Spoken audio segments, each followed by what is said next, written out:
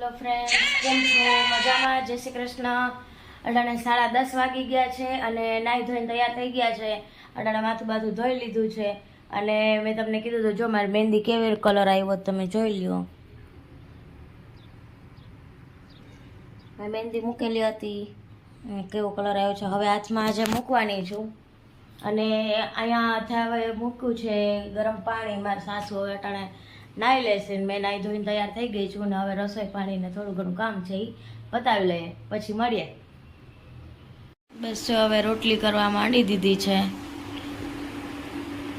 ને મારા સાસુ જમવા બેસી ગયા છે ને વઘારેલી ખીચડી ને રોટલી. શાક ભાવતું નથી હમણાં, તમે શાક બનાવતા નથી. આજે જ નથી બનાવ્યું, કાલ તો બનાવ્યું. કાલ કેવાનું શાક બનાવ્યું યાદ ન તમને. બસ તો ખાઈ પી લીધું છે અને હવે ફ્રી થઈ ગયા. થોડાક વાસણ છે, એ થોડાક વાસણ કરવાના છે અને જાય થોડાક વાસણ પડ્યા છે એ વાસણ કરીશ.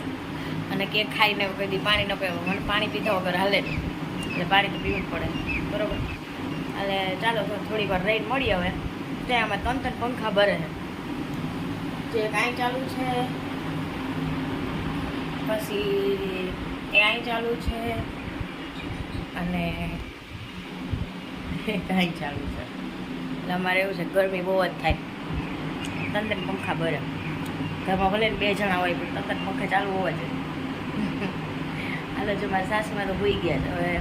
હવે વાસણ કરીને હું અહીંયા ઉપર જઈશ. મારે પ્રસંગમાં ચાલુ છે તો મહેંદી બેંદી મૂકીએ ને કંઈક કરીએ. હાલો બાય. હા જો ઓછાળ પાછો ભાઈત્રો ત્યારે થયું. કેટલી કીડીઓ હતી ઓછાળમાં, એવી કઈડે ચાંયથી જતી હોય ઝીણી ઝીણી કીડી. અરે કેટલું કરીએ તો કીડી ન જાય. હવે ગરમી થાય છે તો હાથમાં મહેંદી કરી લીધી છે. તમારે જોવી હોય તો કહેજો મને કે કેવી થઈ છે. હવે એક હાથમાં તો મહેંદી કરી લીધી છે ને હવે બીજા હાથમાં હું થોડીક વાર રહીને રાતના મહેંદી કરીશ, કારણ કે હું આ હાથમાં સુકાઈ જશે પછી આ હાથેથી હું આ બીજા હાથમાં કરીશ, બરાબર.